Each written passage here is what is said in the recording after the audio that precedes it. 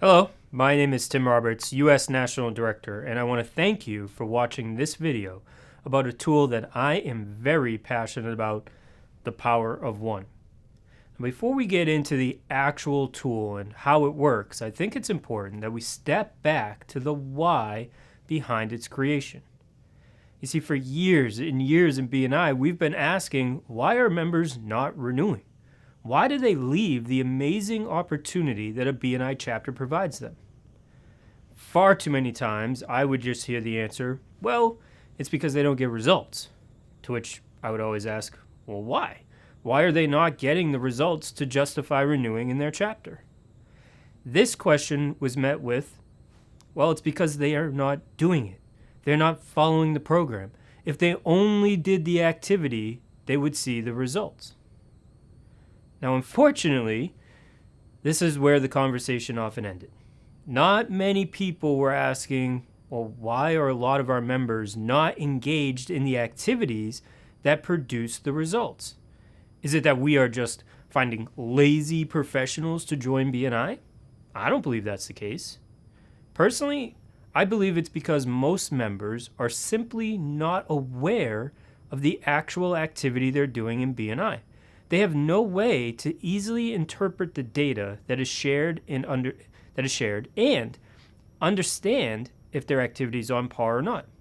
Look, the truth in BNI is only a part of what most people do in a week. When they leave their meeting, they're extremely busy with deadlines and family obligations and other networking events, etc., etc. And with our upfront accountability, I think we tend to weed out a lot of lazy people right at the beginning, very early on. So I don't think that's the main issue. Here's why the Power of One was created. It was designed to help this one issue. How does a member quickly and easily understand the POMS information and what it means? The Power of One is simply described as a history report of your activity that you're solely responsible for in BNI that allows you to understand two things instantaneously. Are you being active enough to deserve the results you say you desire, and are you being effective enough? The common misconception about this tool, or others just like it, is that it ranks members or that it identifies bad members, both of which I think are big mistakes. I call it a history report for a reason. It looks at your previous 6 months. You cannot change that data once you see it. The real question is, where are you going from that point? Where will a member be in 6 months from now? It can absolutely be a useful tool when looking at renewals, etc., but only if properly explained and educated in a chapter ahead of time. To look at a report for the first time, or even for the very first few times, and make judgments is wrong. With a rolling 6 months of data, you're always carrying the past for a period of time. In fact, when I first rolled out this tool in our regions, most of my team members were in the red, and these are the best of the best, and even they were unaware of their activity. I'm going to show you the report in a few minutes and how the scoring works, but before I do, there's one more bit of history that goes along with it. When we first rolled this out, we used to call it the Member Traffic Light Report. Now, some regions may still use this term, and it's not a bad term. We just decided to change it to the Power of One for a couple of main reasons. Number one is because you score 100 on the report by averaging 1 in each category, but more importantly, it's because of the meaning behind the words. One challenge I see in BNI is we always talk in terms of we, right? We passed this many referrals. We passed this much business. We did this many one-to-ones, etc. Now, we have to do that, but the challenge with that and always talking as a group is it's easy for someone to lose sight of the impact and importance they have as an individual member. It's easy to assume we're playing a role in those numbers even if we're not. I firmly believe that no chapter, no region, no franchise, no country, no global company like BNI can ever reach its true potential unless every member does. We all make a difference in our chapters and in our regions, and it's important to believe and understand the power we each have, even as one member, one director, one executive director, and so on. As we have continued to study this tool and this philosophy, it becomes more and more clear how true it is. Okay, so we now know the why behind the creation. What about why it's important? Why should any one member really care about their activity or the activity of their fellow members? I mean, Tim, is it really important, or is it just all B&I mumbo jumbo, or as I've heard before from some of my members, that's just B&I math? Well, I could talk for days about word of mouth marketing and this report, and don't worry, I'm not about to. I do think it's important to take a couple of minutes and explain how referrals really happen in your chapter and really anywhere in networking. What we desire as business owners is not just quality referrals, but a consistent flow of them. We've all received referrals before. Why people join B&I is to get more and in a more predictable fashion. To get that, you need to understand what you have to develop first. Now, I break this down into two parts as well. First, you need to develop a network of people who want to find you more referrals. And when I say want, I mean they mentally have decided they want to help you. The reason you don't get many referrals from your friends and your family members is because they don't want to. Now, I don't mean that they are being malicious and trying not to help you. It's they don't think of you in that way. They have a completely different relationship with us. We need a strong relationship that's built on a foundation of business. Yes, we can, and we will likely become friends. But the first foundation needs to be a business relationship, a mutually beneficial and mutually reciprocal relationship. This is B&I. Your chapter and B&I's philosophy and structure help you develop this exact network more efficiently and effectively than anything else. It's one of the main reasons for having a chapter. But it's not enough. It's not enough. Being in a chapter is not quite enough. The second piece of the equation is once you have the relationship, you need to then train and educate these people who want to help you on how to help you. How do they actually do it? One of the biggest assumptions we make when networking is people know what a good referral for us is and how to find it because it's so easy for us to do ourselves. I mean, if we can see them everywhere, they must be obvious to everybody else, right? Wrong. The truth is, members in your chapter are walking by referrals for you all of the time and have no idea. And it's your fault, our fault, that they don't know how to either identify those opportunities or what to do when they do identify an opportunity. You need to train them on how to see the referrals for you and, just as important, what to say to someone when they do see it. Now, these can be separate trainings in and out of themselves, and it's why the biggest differentiator of B&I and any other networking organization is the access to training and coaching you have in your region. Use it. So, how does this tie into the power of one? Well, let's take a look at what it tracks. Number one, attendance. How can you educate your members, or, just as important, learn about them if you or they are not present? Consistency is what builds the retention of the information. The retention of that information is what empowers your members to find those referrals. Number two, one-to-ones. The most important activity in B&I. Look, you can think of it this way. You can try and train 30 plus members in a minute or less at a time with a week off in between each minute, or you can laser focus on one member for 30 minutes and really dig deep into the information. Which will be more effective for you?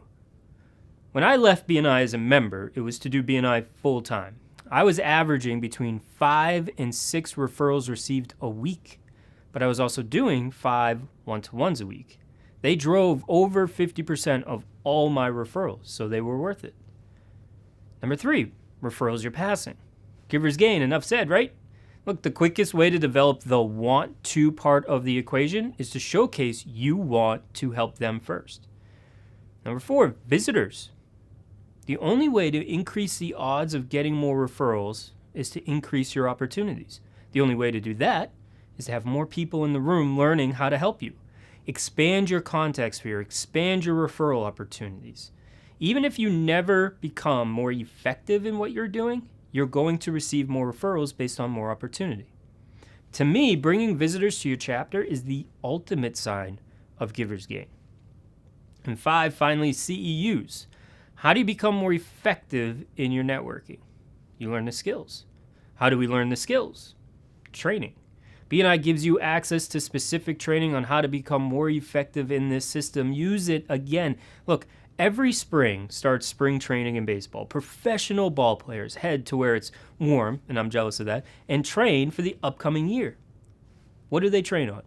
The basic of basic fundamentals. Pitchers pretending to throw a pitch and running to first base to catch a pass. Simple, basic things they've done forever. Now, some of these people are making hundreds of millions of dollars because they are literally the best of the best in the world, yet every year, here they are, practicing fundamentals. Yet, in BNI, we come in, we take one training once, and we go, yeah, I got this. That's always blown my mind. Like, I've been in BNI for 16 years. I've been a member. I've been in every leadership team position that exists. I've been an ambassador, a director consultant, a managing director, an executive director, and now national director. And I'm still learning about BNI and referral marketing every day. We need to embrace one of our company's core values of lifelong learning. The power of one tracks the activities that makes results possible. Again, it shows us if we're being active enough and effective enough. Now, just because a member may be in the green, which you'll see in the report, does not guarantee results. It significantly increases the odds of results. But look, you can do one-to-ones all day long. If you're doing them wrong, it won't matter a bit. All right, so let's look at the report.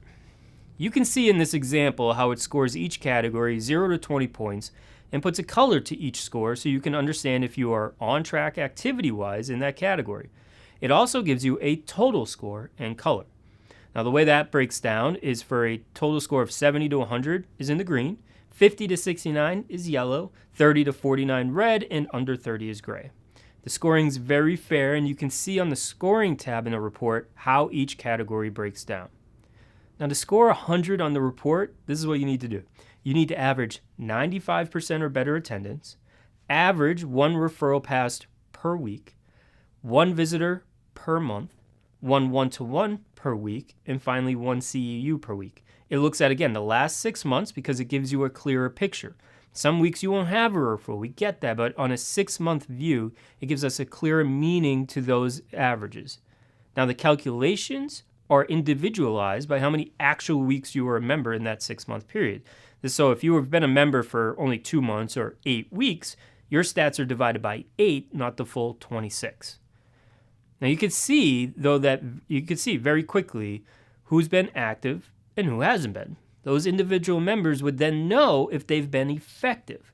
When rolling this out to a region or chapter, you just need to explain the why behind the report and why and how to use the report.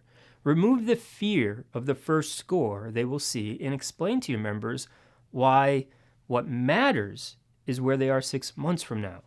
This is meant to help each chapter and each member see the impact they're making or where they could make a bigger impact. There are a few questions now that are common, and I want to cover those for you now as these may come up.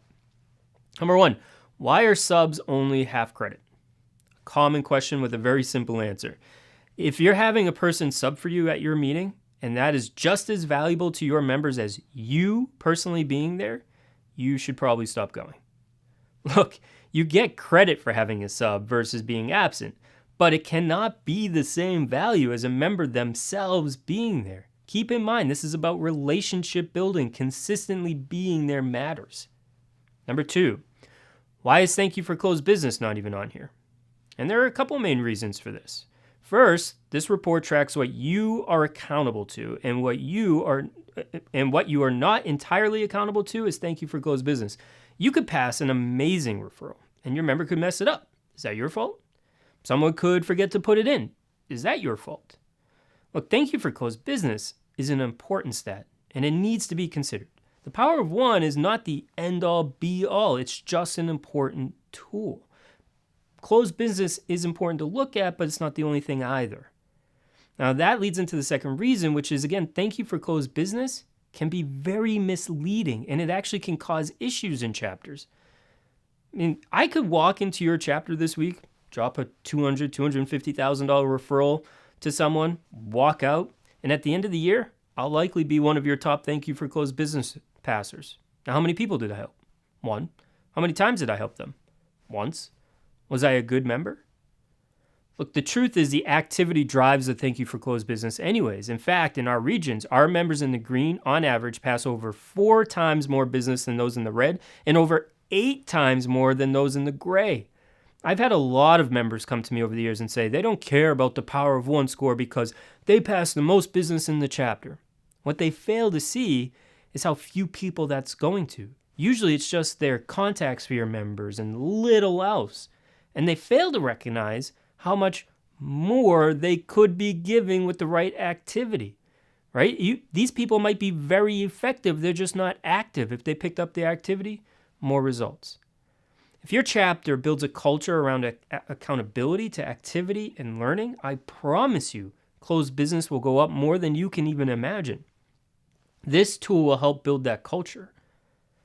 I hope you found this video to be helpful. And if you did, you can also, if you did and you want to learn more about the Power of One and other topics in BNI, you can check out the Power of One podcast in iTunes and everywhere, just BNI Power of One.